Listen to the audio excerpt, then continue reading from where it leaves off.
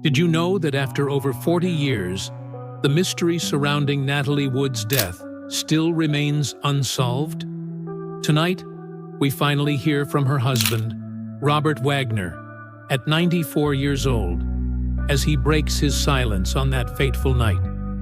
What really happened aboard the yacht, with Wagner, Christopher Walken, and the captain all on board? In this video, we'll explore the shocking theories and the controversy that has haunted the public for decades. Join us as Robert Wagner reflects on the tragic event that still captivates the world's attention. You won't want to miss this. Natalie Wood was a beloved American actress who began her career at a young age, seamlessly transitioning from child star to a respected Hollywood figure. Known for her roles in iconic films like West Side Story and Rebel Without a Cause, she became one of the most recognized stars of her time. Tragically, Wood's life was cut short in 1981 under mysterious circumstances, leaving behind many unanswered questions. On the night of November 29, 1981, Wood was aboard a 55-foot yacht, Splendor, off the coast of Santa Catalina Island in California. She was with her husband, actor Robert Wagner, her Brainstorm co-star Christopher Walken, and the yacht's captain, Dennis Davern. Early the next morning, her body was found floating in the water, dressed in a nightgown, socks, and a jacket. The events surrounding her death have remained shrouded in mystery, with conflicting accounts and little physical evidence. One of the most perplexing aspects of that night was the presence of Christopher Walken, who had been invited to join the Wagners for the weekend. However, his wife, Dwyane, was notably absent, a detail that raised questions as to why she was not with him. Robert Wagner's initial account claimed that he went to bed that night thinking Wood had taken a small inflatable boat out on her own, which was not unusual for her. However, her body was discovered a mile away, with an inflatable dinghy found washed up on the shore. The autopsy report added to the mystery, revealing that Wood had 39 fresh bruises on her body, including abrasions on her cheek. These injuries led many to wonder if she had fallen overboard or if something more violent had occurred. Further complicating the case, Wagner admitted in his memoir, Pieces of My Heart, that he and Wood had argued earlier that evening. Despite this, he insisted he thought she had gone out in the dinghy on her own. The autopsy also revealed a high blood alcohol content of 0.14% and traces of two medications in Wood's system, one for motion sickness and another for pain, suggesting that she may have been disoriented or unsteady at the time. Adding to the suspicions, two witnesses aboard a nearby boat claimed to have heard a woman screaming for help, though no one on the Splendor responded. The initial investigation concluded that Wood's death was an accidental drowning, with hypothermia playing a role. However, this conclusion did little to quell the public's doubts. Years later, new revelations emerged. In 2011, Dennis Davern, the yacht's captain, publicly confessed that he had lied during the original investigation. He claimed that there had been a heated argument between Wagner and Wood, reportedly sparked by Wood's flirtations with Walken. Davern alleged that Wagner, jealous and angry, had delayed notifying authorities and prevented the yacht's searchlights from being turned on. This confession opened the case once again, casting doubt on the accidental drowning theory and suggesting that Wagner's actions could have played a more significant role in the tragedy. Davern's admission shattered the original narrative, raising further questions about the events that transpired on that fateful night, and whether the truth about Natalie Wood's death will ever fully come to light. The reopening of Natalie Wood's death investigation reignited suspicions about Robert Wagner's involvement. Dennis Davern, who had long harbored doubts, grew more convinced over time that Wagner was responsible.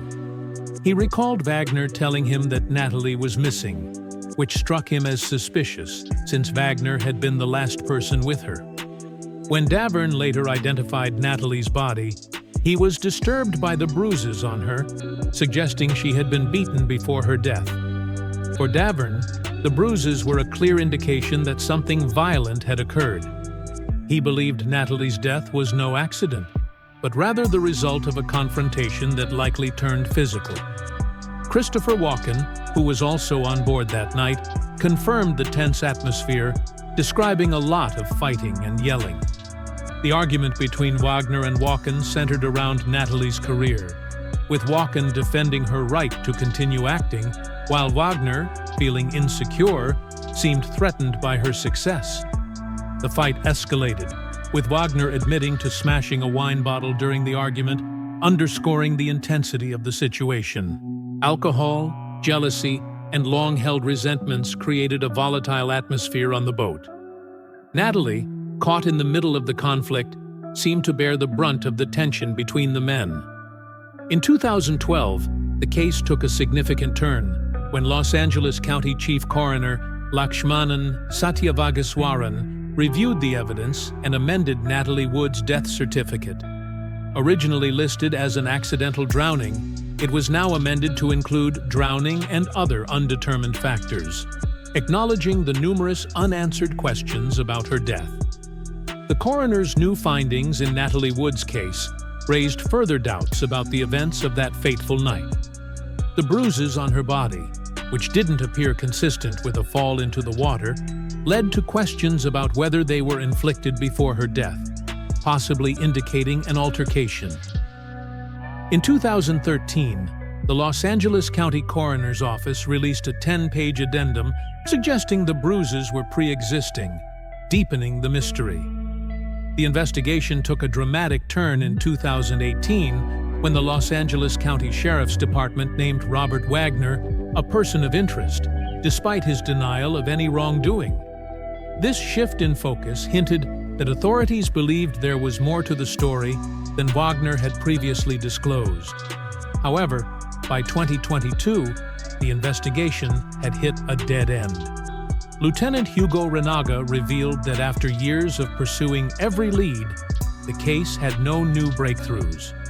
The mystery of Natalie Wood's death remained unsolved, with unanswered questions about Wagner's role and the events leading up to her tragic end.